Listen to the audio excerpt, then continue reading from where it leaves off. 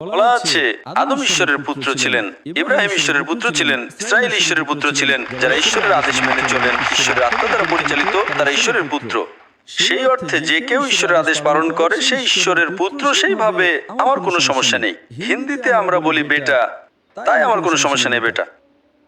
কিন্তু কেউ যদি বলে জন্ম দেওয়া বেটা, তাহলে সে অর্থ ঢোকাচ্ছে। শুধু ঈশ্বরের পুত্র বলা ভালো শব্দ। আপনি কি বিশ্বাস করেন যে ঈশ্বরের জন্ম দেওয়া পুত্র?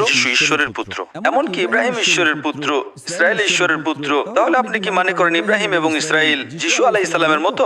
আমি মনে করি এভাবে প্রশ্ন করা ন্যায়সঙ্গত হবে না, কারণ যদি আপনি খ্রিস্ট ধর্মকে খ্রিস্টান দৃষ্টিকোণ থেকে দেখেন, খ্রিস্টান দৃষ্টিকোণ নয়, আমি খ্রিস্টান ধর্মকে বাইবেলের দৃষ্টিকোণ থেকে দেখি। যদি আপনি কোনো ধর্ম বুঝতে চান তাহলে শাস্ত্রে যান। ইসলাম বুঝতে চাইলে আমাকে দেখবেন না, মুসলিমদের দেখবেন না, কোরআন এবং সহিহ হাদিস বিশ্লেষণ করুন। খ্রিস্টান ধর্ম বুঝতে হলে বাইবেল পড়তে হবে, হিন্দু ধর্ম বুঝতে হলে বিভিন্ন অন্যান্য শাস্ত্র পড়তে হবে।